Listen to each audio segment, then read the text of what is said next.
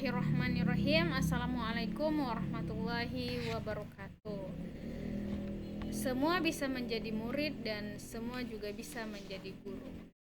Alhamdulillah pada kesempatan kali ini saya Elbu Yanti Bahutar bisa sedikit menjelaskan tentang manajemen keuangan. Manajemen keuangan ini diampu oleh Profesor Dr. Teddy SEMM.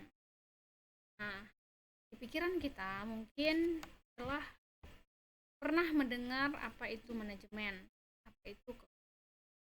Nah, mungkin di pikiran kita manajemen adalah mengatur, ya, itu tepat sekali. Pasti setiap individu memiliki kemampuan dalam menjalankan aktivitas hidupnya. Dengan adanya manajemen, maka diharapkan semua aktivitas dapat dilakukan dengan sistematis atau berurutan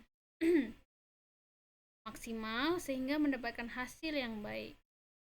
Apabila seorang individu membutuhkan adanya manajemen untuk mengatur hidupnya, pastinya sebuah organisasi ataupun perusahaan akan lebih membutuhkan adanya manajemen untuk mengatur kinerja dari anggota agar dapat mencapai tujuan yang ingin dicapai.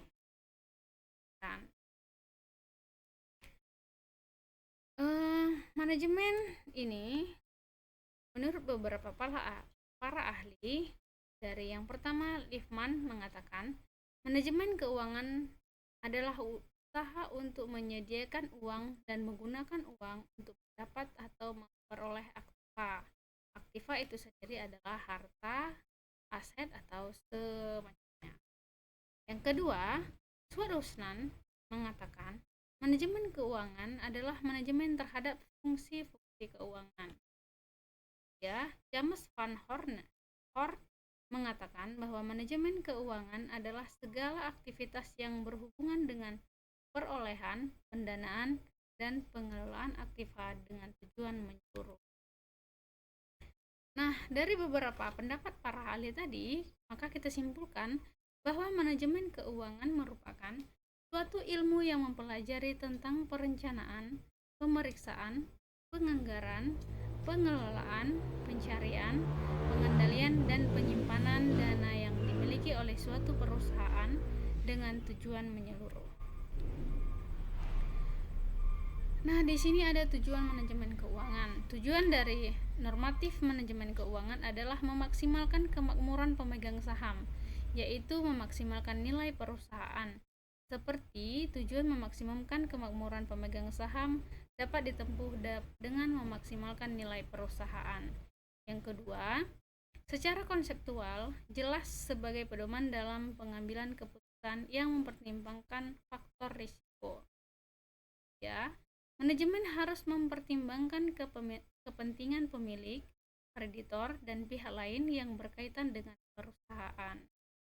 Keempat, memaksimalkan kemakmuran pemegang saham, lebih menekankan pada aliran kas daripada laba bersih dalam pengertian akuntansi.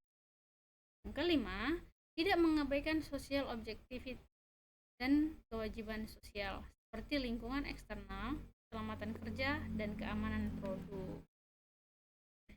Nah, manajemen keuangan itu memiliki fungsi. Itu yang pertama, ada manajemen perencanaan keuangan. Selanjutnya yang kedua, penganggaran keuangan. Yang ketiga, pengelolaan keuangan. Yang keempat, pencarian keuangan. Yang kelima, penyimpanan keuangan. Dan yang keenam, pengendalian keuangan. Dan yang terakhir adalah pemeriksaan keuangan. Fungsi utama dari manajemen keuangan itu tersendiri yaitu yang pertama, keputusan investasi, keputusan pendanaan, keputusan pengelolaan aset. Apa sih tugas dari manajemen keuangan? Nah, tugas dari manajemen keuangan itu yang pertama, tugas pokok manajemen keuangan antara lain meliputi keputusan tentang investasi, pembiayaan kegiatan usaha, dan pembagian dividen suatu perusahaan. Dengan demikian, tugas manajer keuangan adalah merencanakan untuk memaksimumkan nilai perusahaan. Kegiatan penting lain yang harus dilakukan manajer keuangan menyangkut 4 aspek, yaitu pertama, dalam perencanaan dan peramalan, mana manajer keuangan harus bekerja sama dengan para manajer lain yang ikut bertanggung jawab atas perencanaan umum perusahaan. Kedua, manajer keuangan harus memusatkan perhatian pada berbagai keputusan investasi dan pembiayaan, serta segala hal yang berkaitan dengannya. Selanjutnya, ketiga, tugas manajemen keuangan yaitu manajer keuangan harus bekerja sama dengan para manajer lain di perusahaan agar perusahaan dapat beroperasi seefisien mungkin. Keempat, menyangkut penggunaan pasar uang dan modal, manajemen keuangan menghubungkan perusahaan dengan pasar keuangan, di mana dana dapat diperoleh dan surat berharga perusahaan dapat diperdagangkan. Prinsip manajemen keuangan itu yang pertama konsistensi, kedua akuntabilitas, yang ketiga transparansi, keempat kelangsungan hidup, yang kelima integritas, yang keenam pengelolaan, 7 standar akuntansi. Tanggung jawab dari manajer keuangan. Yang pertama, mengambil keputusan investasi atau pembelanjaan aktif, menyangkut pemilihan investasi yang diinginkan dari sekelompok kesempatan yang ada, memilih satu atau lebih alternatif investasi yang dinilai paling menguntungkan.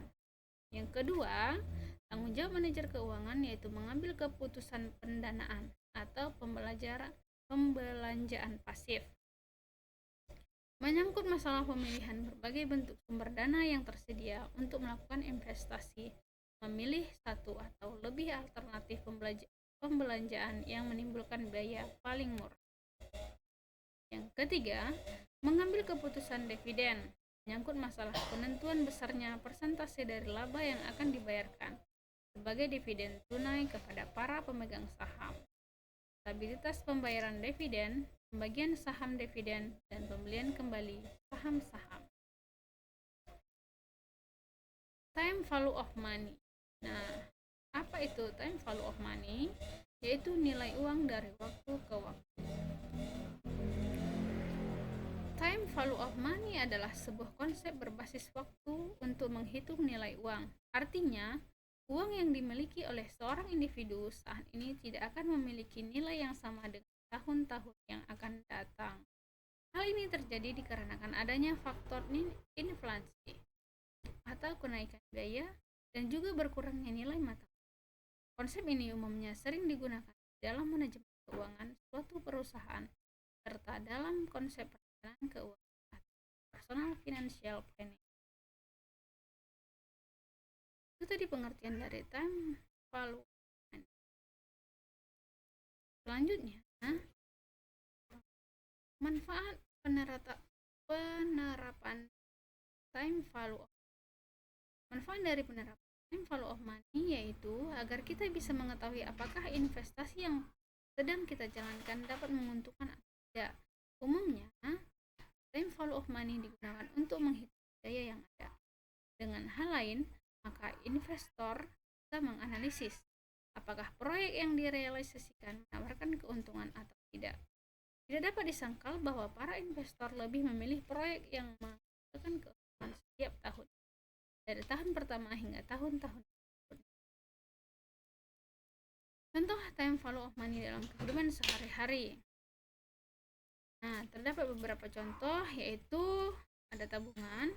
Tabungan merupakan sebuah bukti seberapa banyak uang yang sudah dimasukkan ke lembaga perbankan. Peningkatan bulanan terhadap uang yang sudah disimpan disebut sebagai saldo bunga. Inilah yang dinamakan sebagai time value of money, yang artinya apabila semakin lama deposit disimpan, maka akan semakin meningkat deposit di dalam tabungan. Yang kedua, ada pinjaman bank. Bank sering disebut sebagai agen manajemen keuangan publik. Tidak hanya bertindak sebagai setoran uang, tetapi juga memungkinkan Anda untuk melakukan peminjaman dana